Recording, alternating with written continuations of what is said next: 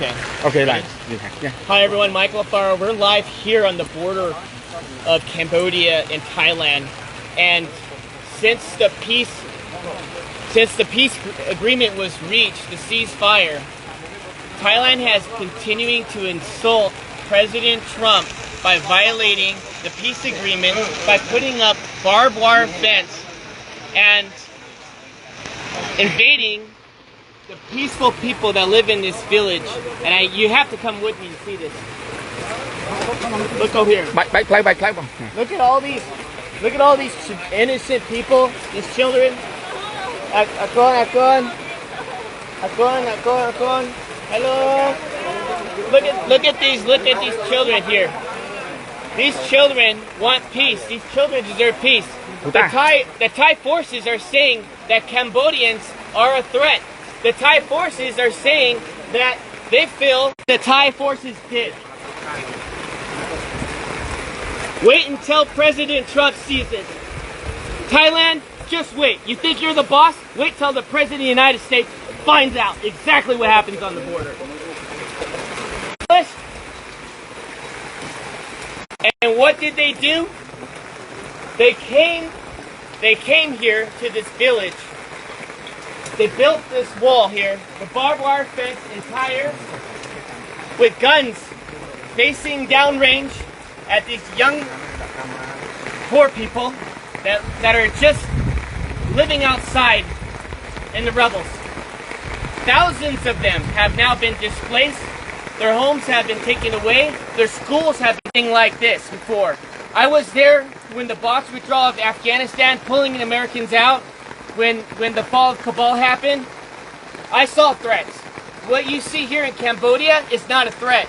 You see love, you see compassion, you see people, you see a community, you see a country that chooses peace before war. And what Thailand is doing right now is not just a violation of the Paris Peace Accords, it's a violation of President Trump's call to ceasefire. Since President Trump called ceasefire, the day after, Thailand invites Cambodian soldiers to come meet them at the border to shake hands and take a picture of them. What does the Thai forces do?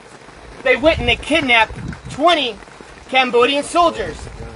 And still today, on day 17, they have yet to release the 18. They only released 2 because one of them was completely disabled and the other one is. They are being very, very silent. And the media has been very unfair here. The media has been unfair to the Cambodian people, just like President Trump. The media has lied about President Trump, and the media has lied about what's happening here on the border. So I want you to see for yourself. I want you to see right here. Do you think this barbed wire fence is safe for children at night to go play, to sleep, to go to school? Do you think it's safe for the children to be constantly worried that if artillery rounds have to drop on their heads? When that happened, when the war broke out, there was no soldiers here.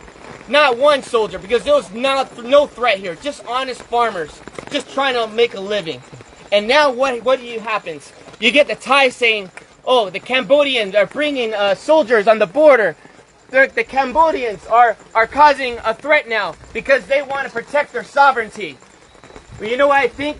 I gotta say it as it is. It's a bunch of bullshit. And you know what? Thai forces needs to have some dignity. A home here costs $3,000. $3,000. The average home here in this province, in this village. And they want to go ahead and take their home away. These farmers are honest, and they deserve dignity, and they deserve respect. And I'm calling on all my friends in the White House correspondents. I'm calling all the senators and the congressmen that you work for. That I understand. We're all focused on Russia. We're all focused on trying to get a peaceful resolve there in Ukraine. We're all focused on Israel. But I'm telling you, as Michael Alfaro, you need to pay attention here what's happening on the border between Thailand and Cambodia, because I don't know how long Cambodians can hold on to peace and be resilient while Thailand continues out. I wouldn't want to be in that room. Because President Trump demands respect. He does not want to build your nation. He wants everybody to keep their nation. He wants everyone to be free and peace and harmony and respect. And what Thai people are doing is not okay. And this general, he's drunk on power, and all he wants to do is pretend that he's the king of Thailand. And that is not okay, to kill innocent lives for his own political gain. And I'm going to call it as it is. They need to tear down this wall so the children had more leaders like that. This world will be a safer place. But unfortunately, it's not, because we have Thai aggressors that doesn't believe in peace. They choose war. And I'm here to tell all my friends that invest in Thailand, you need to knock it off no more. We need to call for a protest immediately. And we, as a U.S. body, needs to call for action. Thailand needs to be severely punished.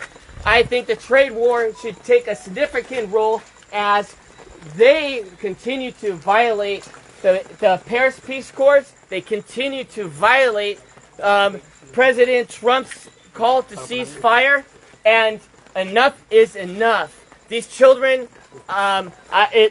hopefully, these children can find a way where they can sleep well tonight in this rain, where they can sleep well. Their homes are no longer homes. They have tents. We have to do something. The world has to get serious, and the world has to stop being politically correct. And we must act now before this turns into a genocide. Because since 1979, Cambodians have endured not one genocide, but 2 genocides, killing 3 million people, and even killing 8,000 people in Ghost Mountain by the Thai forces. And so I'm asking all of you, friends, family, Facebook, share this message and let them know that Michael Alfaro is not okay with this, and I know all my friends are not okay with this. This is the most inhumane thing I've ever seen. And I'm going to continue to investigate. I'm going to continue to see in my own eyes to protect your country by dropping a bomb on a Buddhist temple.